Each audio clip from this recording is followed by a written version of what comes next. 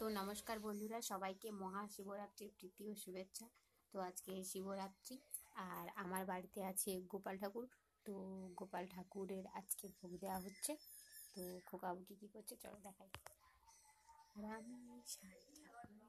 গোপাল ঠাকুর আছে আর আমি এখানে এই যে গোপাল ঠাকুর আছে, এখন ভোগ রান্না চলছে।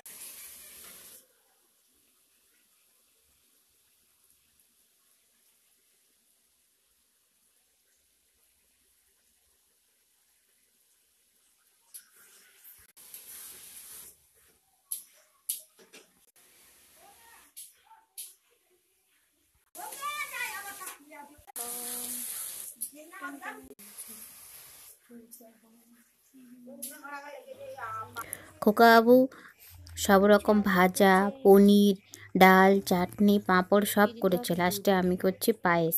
পায়েসের জন্য নিয়েছি নারকেল কোড়া, কাজু বাদাম, চিনি, চাল, জল, মানে দুধটা একটু কম দিয়েছে। শিবরাত্রি সবাই উপোস করেছে, এই জন্য 1 পোয়া দুধ। তো সেইটাতে ফার্স্টে এই জন্য জল দিয়ে চালটাকে ফুটিয়েছি, তারপরে দুধ আর নারকেল কাজু দিয়ে ফোটাচ্ছি এখন ভালো করে। চালটা ছিঁড়ে গেছে। লাস্টে এবারে চিনি দেব। তো আমার ইচ্ছে ছিল তো গোপাল ঠাকুরকে পায়েস খাওয়াবো, তো এই জন্য। আর খোকাবাবু দই মিষ্টিও নিয়ে এসছে, তো 16 কলা পূর্ণ হয়ে যাবে, তো এই জন্যই।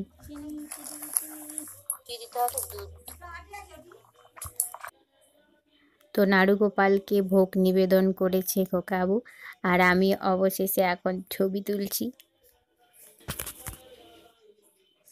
তো গোপাল ঠাকুরকে ভোগ নিবেদন হয়ে গেছে, আর এখানে সমস্ত কিছু আছে, অন্ন, চাটনি আর দই আর মিষ্টি, আর এখানে পনির তরকারিটা পেতলে বালতিয়ে রাখা হয়েছে। আর আমার পায়েস রেডি হয়ে গেছে, তো সবাই এখন খেতে বসে পড়েছে। আর কলা পাতায় খাচ্ছি, দই, মিষ্টি, পাঁপড়, সমস্ত ব্যঞ্জন, আলু ভাজা, পনির, ডাল, চাটনি, মানে বিশাল আয়োজন। তো আমার কাছে এটা অমৃত। তো ঘরে ঘরেই সবাই খাচ্ছিলাম, আর 2-4 জন এসেছিলো, প্রসাদ খেয়ে গেছে। তো সন্ধেবেলায় এখন রুটি করতে বসে গেছি। তো এই অবস্থায় রুটি করাটা খুবই কষ্টকর। রুটি খেতে আমার ভালো লাগে, পুষ্টিকর খাবার, কিন্তু সমস্যা হচ্ছে 4 জনের রুটি, প্রায় 20-25 পিস রুটি করতে হয়, এবং সেখানে আটা চালিয়ে আটাকে মেখে তারপরে দেবে, তারপরে দোলা পাকিয়ে রুটি বেলে রুটি ভাজতে। তো এই প্রসেসিংটা করতে যে টাইমটা বসে থাকতে হয়, অনেকক্ষণ টাইম লাগে। তো আমার মাও এখন আসছে না, তো মাকে যে বলবো আটা চালিয়ে দিতে। তো এই জন্য কিছু সময় মনে হয় যে আমাদের কাছে একটা সময়ের পর একাই সমস্ত কিছু করার ক্ষমতা অর্জন করতে হয় বা শিখে নিতে হয়, কারণ মা, বাবা বা আত্মীয় পরিজন কেউ কেউ পাশে থাকে না কিছু কিছু সময়। তো সেই সময়টা অনুভব করায় যে একাই চলতে হয়। তো খোকাবাবু এখন বাড়িতে আমাকে হেল্প করে, এটাই যা পরম প্রাপ্তি, না হলে একটু বেশিই কষ্ট হতো। তো এই ছিল শিবরাত্রির ভিডিও। তো কেমন লাগলো সবাই কমেন্ট করে জানিও। আর শিবরাত্রির উপোস আমি করি না, কোনো দিনই করিনি, কারণ এই না খেয়ে থুতু না ঘিটে থাকতে হয়। তো এরকম উপোস আমি কখনোই করিনি।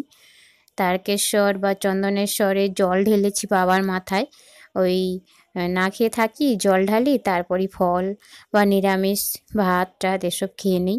আমি একদম না খেয়ে ছোটোর থেকেই থাকতে পারি না।